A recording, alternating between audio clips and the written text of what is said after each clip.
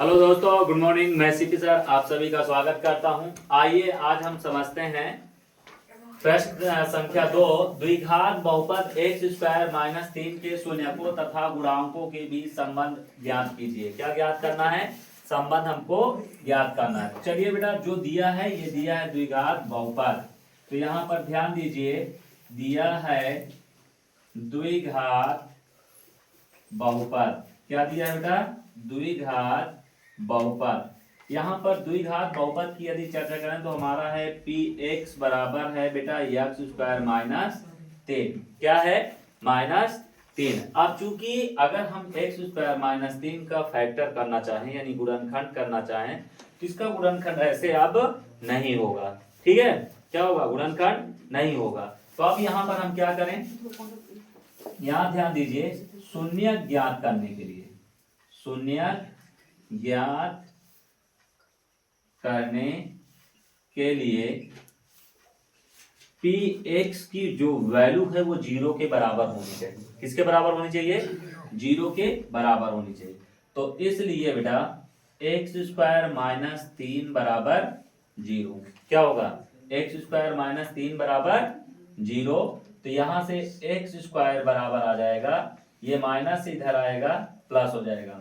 ठीक है, और x बराबर हो जाएगा बेटा under root 3 plus minus under root 3। कितना हो जाएगा? x बराबर हो जाएगा प्लस माइनस अंडर रूट 3। तो यहाँ पर ध्यान दीजिए, हम एक को कहेंगे इसलिए शून्य। ध्यान दीजिए, जो शून्यक होंगे हमारे, ध्यान देना बेटा, जिसकी जितनी घात होती है, जिसकी जितनी घात होती है उसके उतने शून्यक होते हैं। तो इसका जो पहला शून्यक यानी अल्फा होगा वो क्या होगा? Under root 3। और जो बीटा होगा वो क्या होगा? Minus under root 3। ठीक है, हमें दो मान मिल गए, दो इसके शून्यक हो गए। अब हमसे कह रहा है शून्यकों तथा गुणांकों के बीच संबंध ज्ञात करना है। क्या ज्ञात करना है? संबंध ज्ञात करना है। तो यहाँ पर ध्यान दीजिए, संबंध के लिए हमको कुछ चीजें ध्यान देना पड़ेगा।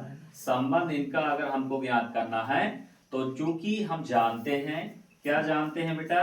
मूलों का योगफल।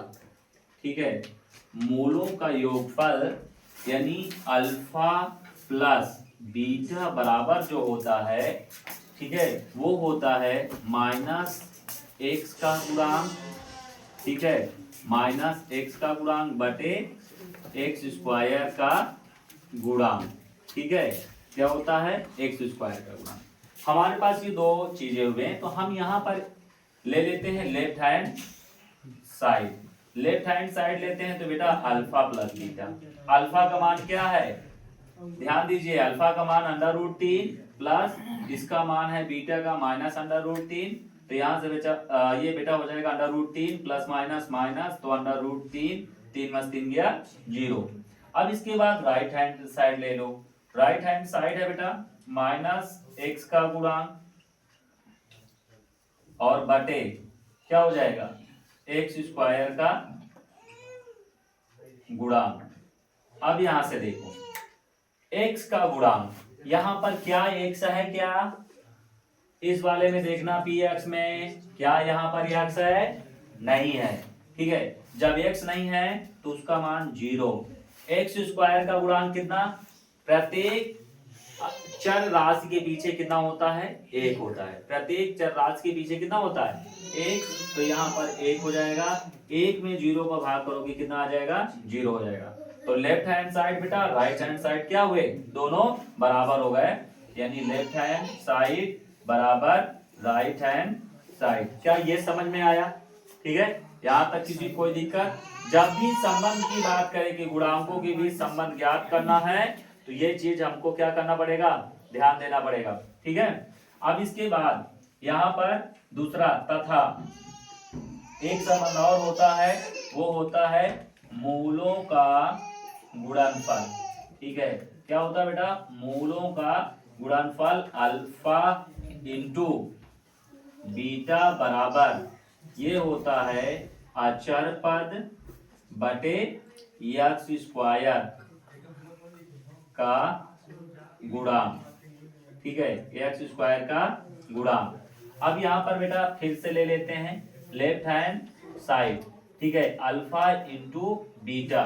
ध्यान देना, अल्फा की जगह पर क्या है √3, बीटा की जगह पर -√3, तो यहाँ से माइनस प्लस माइनस √3 गुणे √3 कितना होगा 3 होगा, क्या होगा -3। अब इसके बाद राइट हैंड साइड, ठीक है, राइट हैंड साइड में क्या है बेटा अचर पद, ठीक है, अचर पद बटे x² का गुणांक, ठीक है, x² का गुणांक। अचर पद क्या है बेटा, अचर पद है -3, तो ये हो गया -3 बटा 1, तो ये आ गया -3। तो यहाँ से हम कहेंगे लेफ्ट हैंड साइड बराबर राइट हैंड साइड। क्या उत्तर सही आया दोनों तरह से, ठीक है। तो यही हमारा संबंध है मूलों के क्या है शून्यकों तथा गुणांकों के बीच का जो संबंध है वो यही, ठीक है, कि लेफ्ट हैंड साइड की value and right hand side की वैल्यू क्या होगी बराबर होगी, ठीक है। यदि समझ में आया हो क्वेश्चन तो वीडियो को लाइक एंड सब्सक्राइब जरूर करें। Thank you.